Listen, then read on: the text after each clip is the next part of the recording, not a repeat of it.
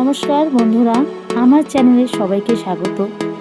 আজ আমি আপনাদের সাথে শেয়ার করব পায়েস বা পরমান্ন বা মিষ্টান্ন, যেটাই আপনারা বলে থাকেন। যে কোনো শুভ কাজে আমরা এই পায়েস অথবা মিষ্টান্ন অথবা পরমান্ন ব্যবহার করে থাকি। আজকে আমি আপনাদের সাথে শেয়ার করব আমি কিভাবে পায়েসটা রান্না করি। এই ভিডিওটা শুরু থেকে শেষ পর্যন্ত দেখার অনুরোধ রইল।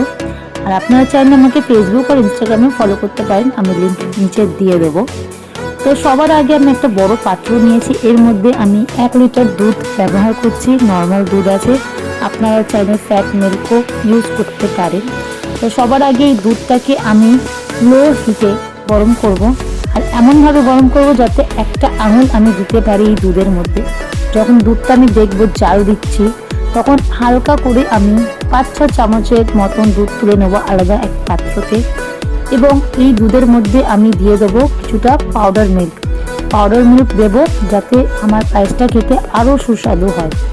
এবার এই মিল্কটাকে ভালো করে আমি ওই দুধে গুলে নেবো। গুলে নেবার পর আমি একটা পাত্র নিয়ে নেবো, অন্য পাত্র, যার মধ্যে আমি 50 গ্রাম গোবিন্দভোগ চাল নিয়েছি। এবং এই চালটাকে আমি ধুলাম না, হাত থেকে একটু কচলে নিয়েছি। তার মধ্যে 1 চামচ ঘিয়ের ব্যবহার করছি। ঘি আর চাল ভালোভাবে মেশাতে হবে যাতে ঘিয়ের গন্ধটা বেরোয়।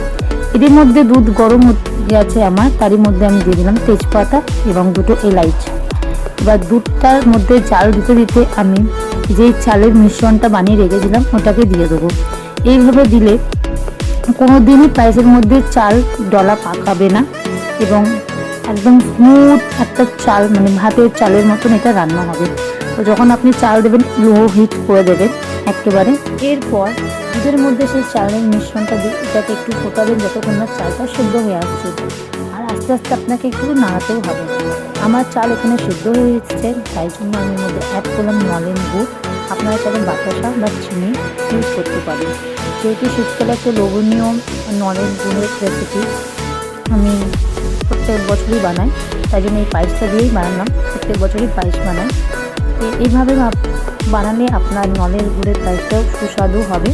আর এখানে আমার পায়েস একেবারে রেডি হয়ে গেছে। আমি তো এখন ড্রাই ফ্রুটস ইউজ করিনি, কারণ কি আমার ঘরে কেউ ড্রাই ফ্রুটস খেতে পছন্দ করে না পায়েসের সাথে। এবার আমার পায়েস পুরো রেডি। কেমন লাগলো ভিডিও নিচে কমেন্ট করে অবশ্যই জানাবেন।